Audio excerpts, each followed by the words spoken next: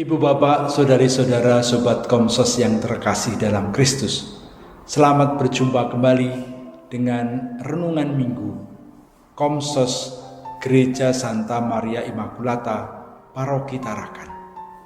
Hari ini kita memasuki minggu biasa yang ke-30. Renungan kita pada hari ini diambil dari Injil Matius bab 22 ayat 34 sampai dengan 40. Kutipan yang pendek ini memiliki bobot yang besar karena merupakan pendasaran hidup beragama. Inti hidup beragama. Apakah inti hidup beragama itu? Kisah ini diawali dengan kegusaran orang-orang Farisi yang mendengar bahwa Yesus berhasil membungkam pertanyaan orang-orang Saduki tentang kebangkitan. Yesus kemudian didatangi oleh orang-orang Farisi ini untuk mempertanyakan apakah memang dia ini seorang guru yang hebat yang mampu menguasai hukum Taurat, atau Yesus hanya seorang guru abal-abal saja. Karena hukum Taurat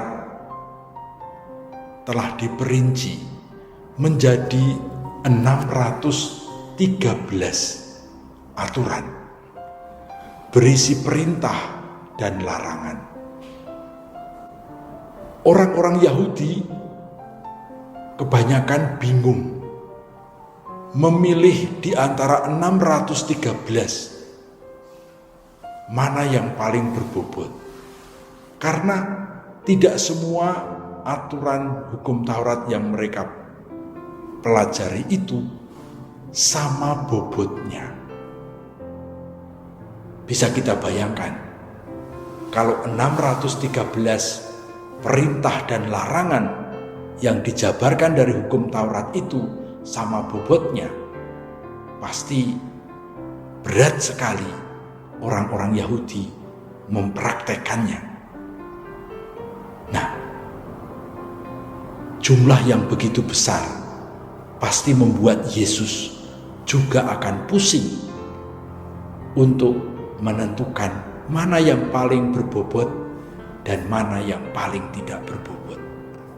Maka mereka datang dengan sebuah pertanyaan untuk mencobai dia.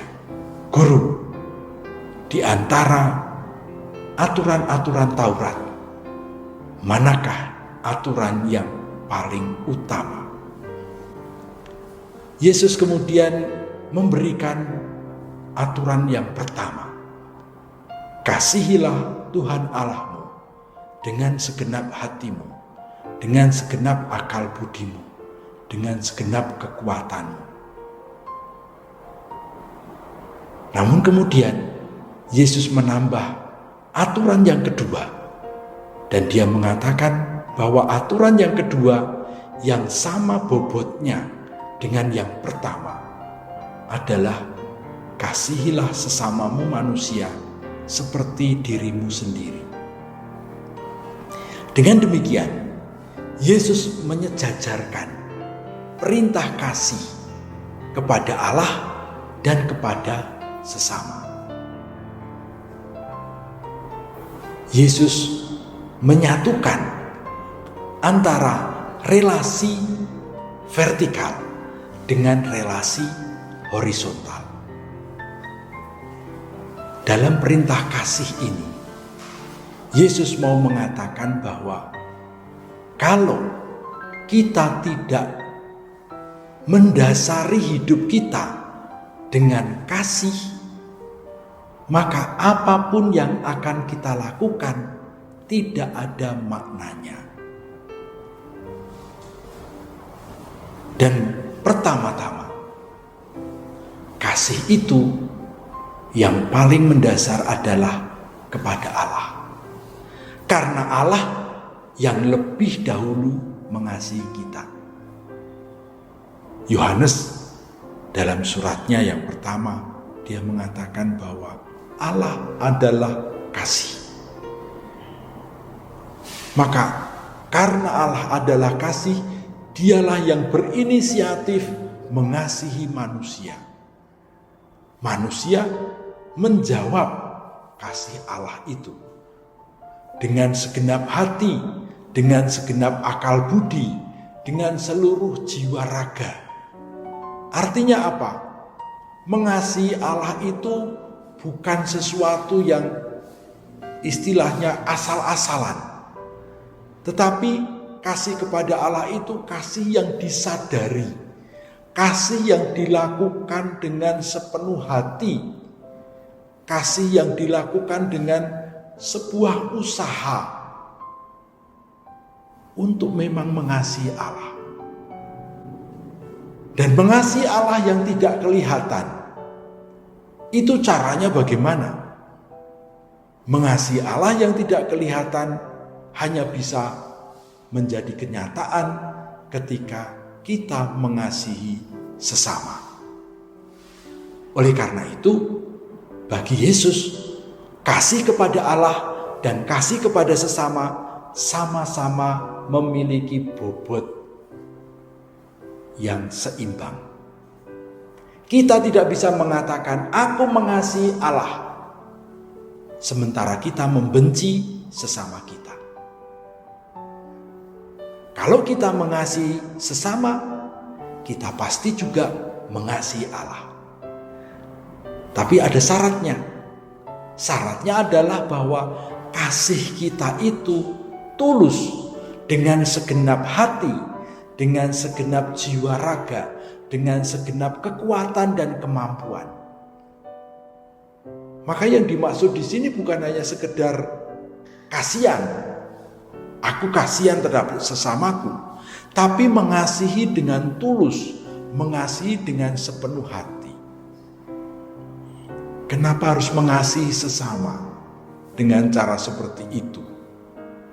Karena sesama adalah orang-orang yang senasib dengan kita sendiri.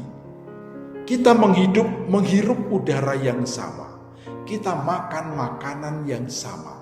Kita memiliki nasib yang sama, boleh dikatakan. Maka kalau dengan orang yang setara dengan kita, sejajar dengan kita, kita tidak mampu mengasihi, lalu kita mengasihi siapa lagi? Maka disinilah Yesus mau menggarisbawahi inti hidup beragama adalah kasih. Agama apapun, kalau di dalamnya tidak ada kasih, agama itu omong kosong, tidak ada artinya. Karena kasih adalah jati diri Allah.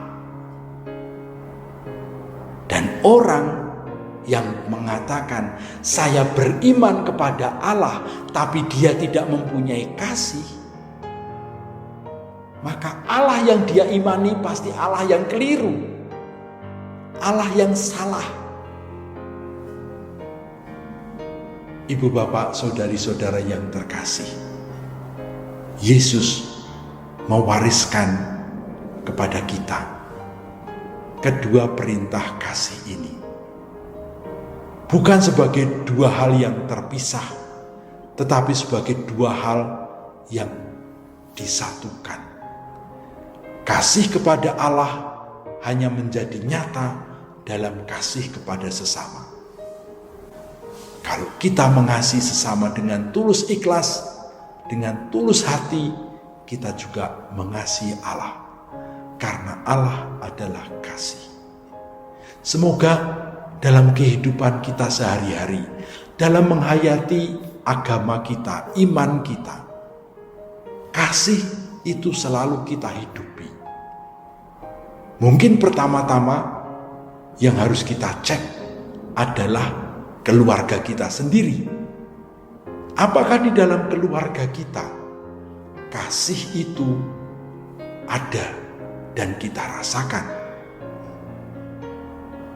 Orang yang dikasihi dia akan merasa bahagia. Dia akan merasa gembira. Dia akan merasa sukacita. Orang yang dikasihi, dia akan bertumbuh dalam banyak kebaikan.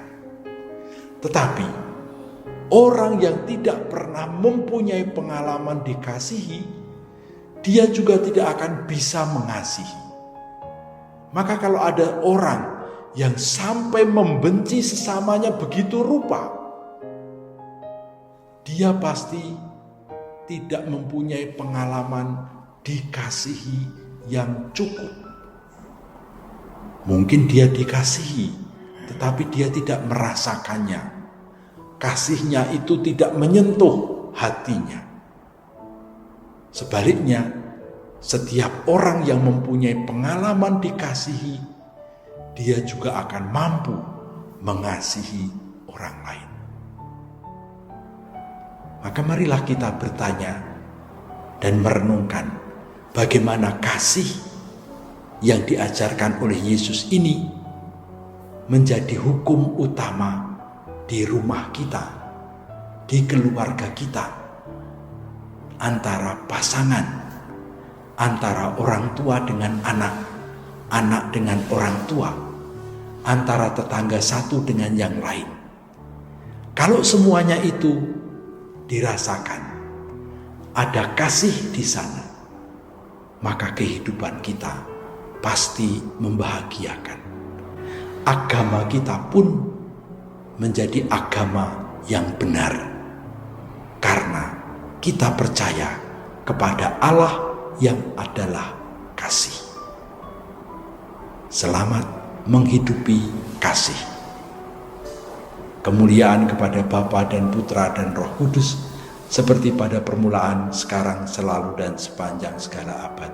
Amin.